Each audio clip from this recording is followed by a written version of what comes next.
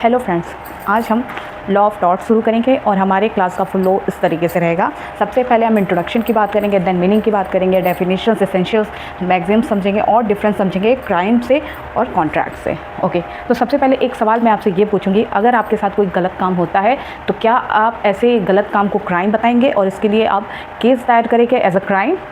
नहीं। टॉर्ट में कुछ ऐसे रॉन्ग्स अलग अलग तरह के होते हैं, जैसे कि कुछ क्रिमिनल रॉन्ग होता है, कुछ सिविल रॉन्ग होता है, और टॉर्ट यहीं से हम बताते हैं कि ये जो है एक सिविल रॉन्ग है। So tort is a civil wrong. चलिए हम इंट्रोडक्शन शुरू करते हैं, ठीक है। इंट्रोडक्शन की बात करते हैं तो देखो यहाँ पे मैंने लिखा हुआ है बेटा कि टॉर्ट एक सिविल रॉन्ग है। सिविल रॉन्ग का मतलब है, तो देखो ये एक सिविल रॉन्ग है। और सबसे पहले देखो रॉन्ग जो है 2 टाइप के होते हैं, civil and criminal, and tort civil wrong है। यानी आपके कानून द्वारा कुछ प्रोटेक्टेड ऐसे राइट्स है जिसका वायोलेशन होने पे कानून आपको हर्जाना यानी कंपनसेशन देता है डैमेजेस के रूप में। सो मीनिंग पे आते हैं। देखो ब्रॉडली हम टॉर्ट को रॉन्ग बताते हैं या फिर रॉन्गफुल कंडक्ट बताते हैं। रॉन्गफुल कंडक्ट का मतलब अगेन मैंने आपको बताया कि कोई भी ऐसा गलत काम जो क्राइम ना हो और जिसमें आपके लीगल राइट का वायोलेशन होता है और जिसके लिए आप कंपनसेशन पाने के अधिकारी हैं, वो आपका एक रॉन्ग या फिर रॉन्गफुल कंडक्ट हो जाएगा, ठीक है। Now coming to its definitions part, तो हम डेफिनेशंस को 2 पार्ट में समझेंगे। एक सॉमन की डेफिनेशंस को समझेंगे एंड देन विनफील्ड की डेफिनेशंस को समझेंगे।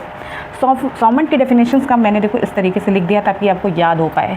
इनके डेफिनेशन का कोर्स सबसे पहला क्या है कि ये बताते हैं कि टॉर्ट है सिविल रॉन्ग है, ठीक है, जिसके लिए रेमेडी जो है कॉमन लॉ एक्शन के अकॉर्डिंग रेमेडी पाने के आप अधिकारी हैं, एंड वो रेमेडी कैसी होगी, अनलिक्विफाइड डैमेजेस होंगे। इसका मतलब होता है कोई भी ऐसा अमाउंट या कंपनसेशन जो पहले से निर्धारित ना हो, तो ऐसे कंपनसेशन को, ऐसे अमाउंट को आप अनलिक्विफाइड डैमेजेस कह सकते हैं।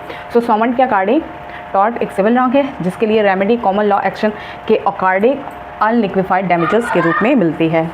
देन हम विनफील्ड पे आते हैं। ये बताते हैं कि टॉर्टियर्स लाइबिलिटी जो है ये ब्रीच ऑफ ड्यूटी के ब्रीच होने पे उत्पन्न होती है जो कि लॉ के द्वारा फिक्स होती है। ओके, टॉर्टियर्स लाइबिलिटी जो है ब्रीच ऑफ ड्यूटी है जो कि लॉ के द्वारा फिक्स है।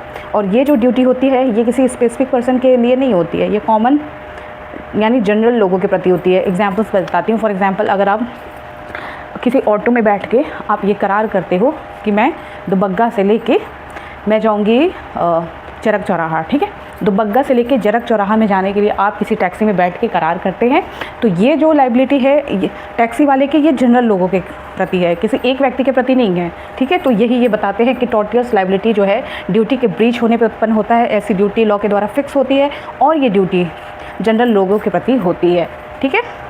तो अगर आप डेफिनेशंस को ऐसे तोड़ तोड़ के पढ़ेंगे तो आप याद ज़रूर कर पाएंगे। ऐसे प्लस की निशान मारते जाओ इंपॉर्टेंट पॉइंट को कि ये पॉइंट होगा।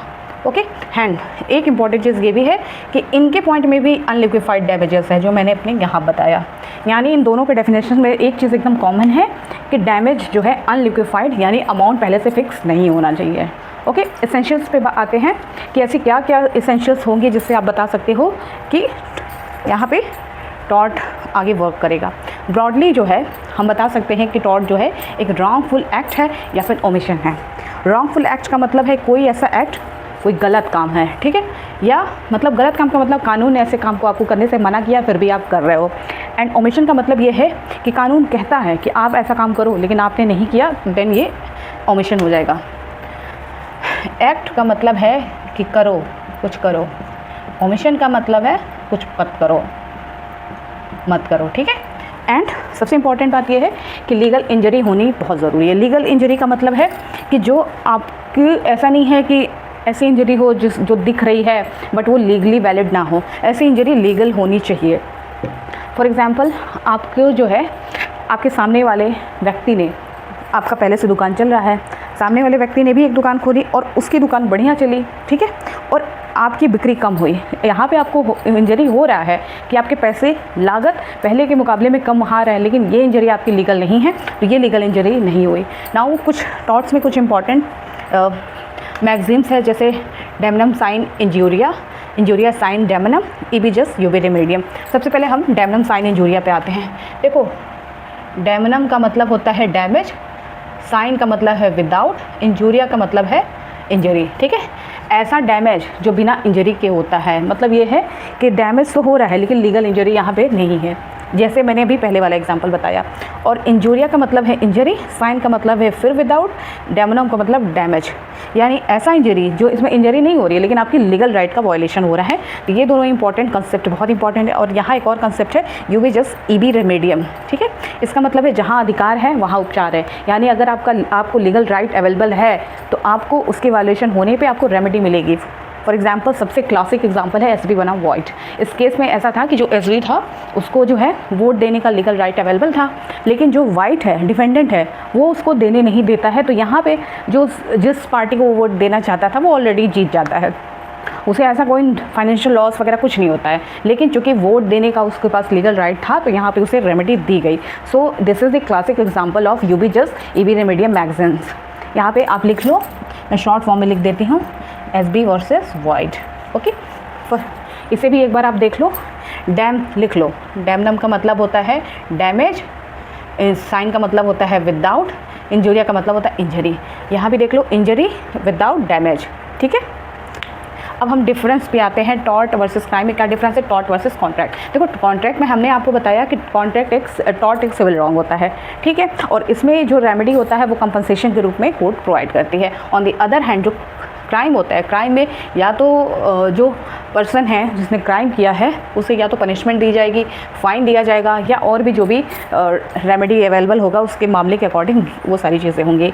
एंड इसमें क्राइम में जो कि एक पूरा समाज पीड़ित होता है, इसीलिए जो मामला चलता है, जो प्रोसिक्यूशन होता है वो स्टेट लाती है। जबकि टॉर्ट में ऐसा होता है कि जिसके लीगल राइट का वायलेशन होता है वही केस करता है, यानी मामला चलाता है। यहाँ पे प्लेंटिफ वर्सेस डिफेंडेंट हो जाता है। एंड आप ये देख लो, ये जो है टॉर्ट वर्सेस कॉन्ट्रैक्ट। कॉन्ट्रैक्ट आपको पता है कि जब दो पार्टी मिलके कोई कॉन्ट्रैक्ट करते हैं, किसी एक बात पे सहमत होते हैं तो वो कॉन्ट्रैक्ट होता है, लेकिन टॉर्ट में कोई कॉन्ट्रैक्ट नहीं होता है। सो टॉर्ट और कॉन्ट्रैक्ट भी डिफरेंट चीज़ है।